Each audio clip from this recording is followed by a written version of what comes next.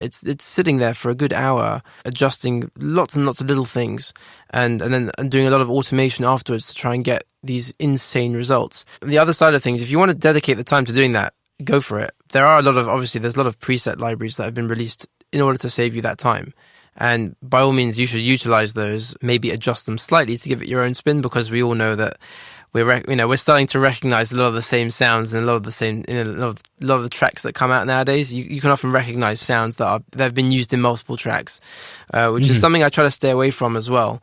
I know it sounds like a bit of a snobby thing, but I prefer to have at least one sound that's my own signature sound that I've created from scratch, rather than having relied just on presets or samples that have been produced by other people. For sure. Although I use samples very heavily in all my music all the time, I try to have at least one or two elements in there that are my original type thing. And that way, at least it's got, it still has, Freddie's originality in there. Meaning, when you're saying that, you're saying like your own like massive sound, for example, or your own like organic sound that you recorded. Yeah, when it comes sampled. to things like bass lines and like or pads or even stabby synth type sounds, I tend to create most of those from scratch in Massive or Retrolog. Those are I'm saying even FM8. I'm an avid user of FM8.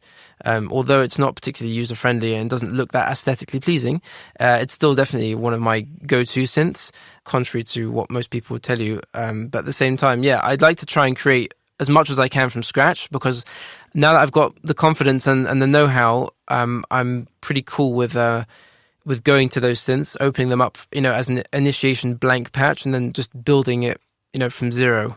Amazing. So do you have any templates when you're working? Absolutely. Templates are life-saving devices as far as music production goes. If you don't have a template, stop listening and make one. Because that was the best response to that question I've gotten.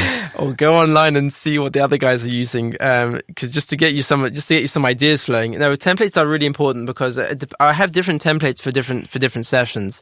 If I'm doing an acoustic recording session, I'll have my acoustic recording template, which just gives me lots and lots of audio channels available, lots of flexible signal routing for monitoring, for Q sends, all that kind of thing, all fancy stuff. And then for general production work with artists, I'll have a template it's got a lot of instruments ready to go in Contact. Some of my go-to, like the drums, bass guitars, might be a piano or two, and a couple of other things, and there'll be plenty of audio and MIDI tracks ready as well to route to those instruments appropriately. I'm saying it. Apart from the project window, there's also the mixer, which is set up accordingly. I've got limiters set to minus 0.1 dB on all my input channels. In case I record too hot accidentally, for example, then there'll be a limiter on the inside which will stop it distorting or digital clipping, on the way in, because that can occasionally happen. That's one thing I would always check to have inside of my template. And just in general, the mixer is set up in a way that I can navigate around quickly. Wow. How do you have a compressor on the input? Is it's in your interface? So I'm talking about inside of Cubase, on your input signals, or on the mixer where your channels are coming into Cubase, you can actually put plugins on those input channels before it even gets to the project window. And that's amazing. I didn't know that was possible, because I've never heard of that before. Yeah, so the point is that I have limiters. Just they're not doing anything. It's just in case you come in too hot to Cubase, then it will hit the limiter and it will keep the signal at minus 0.1 dB, and that way you won't enter the digital clipping world inside of Cubase. Which can save you a lot of hassle if if you're recording that. That's an amazing feature. Yeah, it's really cool. I mean, I haven't really met anyone that uses it apart from the person who taught me, which is one of my teachers. And it never really occurred to me that would be such a useful thing to do, because when you're recording a singer who's really dynamic, and suddenly they explode vocally, and you weren't ready for it, and the gain was set pretty high, then of course you're going to hit 0 dB on the input, and it's going to wreck the recording because it's going to clip inside a Cubase. But having a limiter there has often saved me when unexpected peaks happen. So yeah, that's one example. I'm saying, but as far as templates go, just having the entire project window and mixer laid out in a way that you can navigate quickly to places to get stuff done is what's so paramount, because you don't want to be wasting time clicking about opening things or closing things or whatever when there's someone sitting with you and you're trying to get ideas flowing. So with me, Love it. so that would be my client, as it were, artist template, where I've got all the general bits and bobs open and ready to go. I've got reverbs, delays, I've got effect sends all set up already, so that I can quickly just like I can send things to places quickly without having to take the time to open them and then route them. Sure. And then my third template. Third template would be the more orchestration template, which is still under construction because it's constantly evolving. Because in the orchestral template, it's massive. Put it that way. I mean, it's nothing like Junkie XL or some of these people that literally have close to 1,000 tracks or more in their templates. But I'm saying mine's already got about 300 tracks in it, and every single one of those tracks is routed to a specific articulation and a specific patch. There's like about 20 instances of contact open inside of it, and obviously everything has been optimized to ensure that the RAM isn't overly utilized, and there's a lot of small things going on under the hood, as it were, to ensure that as big as a template is, it's also optimized to work well with the system that you're using it on. So the orchestral template is a bit of a jungle. I mean, not to me, but it looks like a bit of a jungle because it's pretty big and there's a lot of stuff in it. But again, the idea is like I open it, it doesn't take long to open because it's been optimized, but then I can quickly get to where I need to get to. If I want a spiccato in the cello section, I'll just go there and it's already there. It's ready to go. And, it's already been signal routed to the right bus and then to the right subgroup, and then it's all organized. That's amazing. That's the point. Do you mix within these templates, or do you have a separate mixing template? I tend to mix within the templates because I have the ability to do so. But if it's a little bit too crowded, then what I'll tend to do is I will bounce everything out into clean audio, and then might stick that in another project, or I'll just remove everything that existed previously and just start afresh with just the clean exported audio. But more often than not, I tend to mix in the template because I find that mixing with me is the idea behind it is to have as good a source sound as you can get, and then after that there shouldn't be too much to do in the mixing phase. That's kind of the philosophy I like to try and follow. I put as much effort as I can into the recording stage of things to ensure the recording is as perfect as I can get it. And then after that, it saves a lot of agony in the mixing stage. Yeah. I think don't fix it in the mix. Yeah.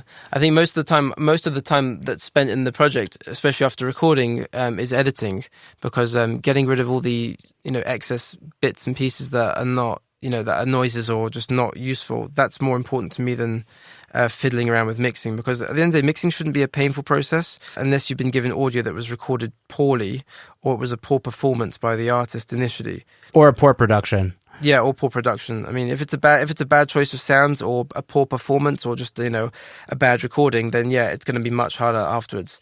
But if you were asking me about specifically the orchestral stuff, a lot of the orchestral music and samples, they go very well together without you having to do too much to them, because at the end of the day, they were designed to be played together. I mean, absolutely. But as far as mixing goes, I wouldn't say I have to make drastic EQ changes, for example, to string sections. I might have to start notching out a couple of the ringing resonances if they present a problem to me. And obviously you've got to be careful of the low end, because cellos and double bass are flipping heavy in the low end, especially if you're using sample libraries that also include the room. There's massive amounts of resonance and reverb, which sounds delicious, to be honest, a lot of the time.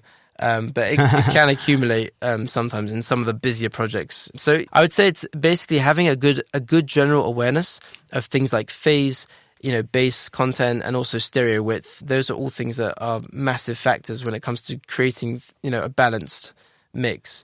It's not so much about using ridiculous techniques. It's more about ensuring that the basics are there to start with, and then that gives you a good ground to, develop the picture even further. Wow. Thanks for your insights there. That's awesome. Do you do anything else to work faster or get inspired quicker? I try to take regular breaks when I'm working, because I might be in the zone for a good few hours straight, but it's quite mentally fatiguing, especially especially when you're with an artist as well, and they're like being, they can be pretty demanding. The work can be pretty demanding sometimes. I have, like I said, I've got some my aromatherapy set here, which is very relaxing and kind of calming. I'll just go outside for a walk, to be honest. I mean, I like to give my ears a rest frequently. That's very important. Inspiration sort of techniques. I don't really have any set techniques. Sometimes something that I'm making might resemble something that I once listened to. I might open up, a lecture on counterpoint or something, and just I'll hear something which gives me an idea. I know it's hard to provoke inspiration, as it were. It tends to sort of catch you off guard. Amazing. Do you have like a favorite creative tool in the studio? I think for me, it'll probably be my instruments. I mean, I've got a djembe, which I also been playing for a while, and I'm very side point, very, very into African rhythms. That's just one of my side interests as well, as far as music goes. So like, I'll have that maybe as a rhythmic tool to start something with. But generally, I tend to go to the piano. But I think, if to be honest, a lot of the inspiration I do get would be from some of the sample libraries that I have. To be honest, it's not something that's really like physical. It's as I've been able to earn some money along the way, so I have made investments into buying some really high-end sample libraries, and some of the sounds that you get out of those are quite breathtaking. And you could literally sit there for hours just listening to the samples and not actually make any music. Yeah. And I once I find some kind of texture that really engages me, it'll probably relate to an image in my head. That tends to be another thing that happens a lot. I'll be thinking of some kind of image or some kind of landscape or seascape, whatever it might be. That image will instantly translate to me into an audio texture, which I will then try to create using whatever articulations I might have available at the time. It's a very weird thing to kind of try and explain, but that's sort of what happens. I mean, for example, in the new mini album I'm making of the classical music, the project's going to be called Weatherman. What I've done is every track is trying to emulate different cloud forms and different weather patterns. So that's literally what I've been going after. So the track that I've posted up a little clip of is called a cumulonimbus incus, which is a type of rain cloud. It's like a very heavy, stacked, anvil-shaped rain cloud.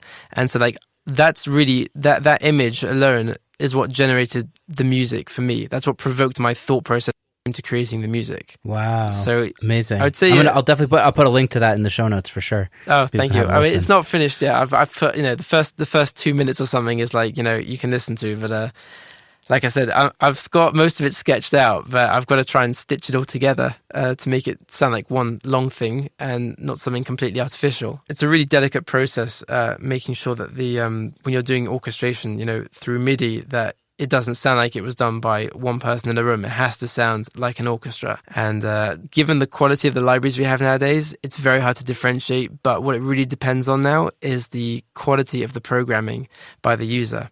Saying that could be like its own podcast. What do you mean exactly when you say that? When it comes to creating orchestration, it's absolutely paramount that when you're writing that music, it's not just MIDI notes. There's so much more happening in the background that you have to be aware of as a musician.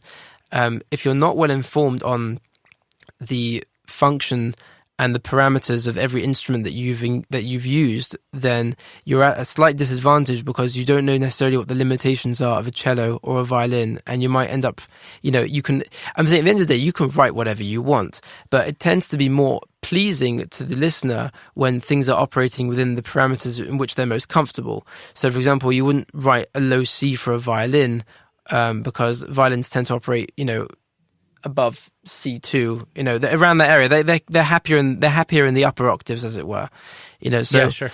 So that's one example, like making sure that when you're voicing the instruments, that they're voiced in the correct ranges at which they sound their best. That'd be one thing. Another thing would be, more importantly, is also your articulations and dynamics. If you don't have articulations and dynamics, if you don't have the vibrato of the instrument being controlled, you don't have the bow pressure being controlled in real time at every second of the way. At any given time in any of the music that I'm writing, the classical stuff, there is, CC1 is constantly being automated. CC11 expression is also being constantly automated. There is constant automation running on every single instrument, on every single channel throughout the entire piece. And that's what gives it the sense of realism, because in real life, that's what real players do. They are controlling vibrato, they're controlling their bow velocity, the dynamics. Even the attack time on the bow is also controlled. And things like delay compensation, for example, the violas are slightly further away than the violins, so their sound's going to reach you slightly later. the brass is at the back of the room,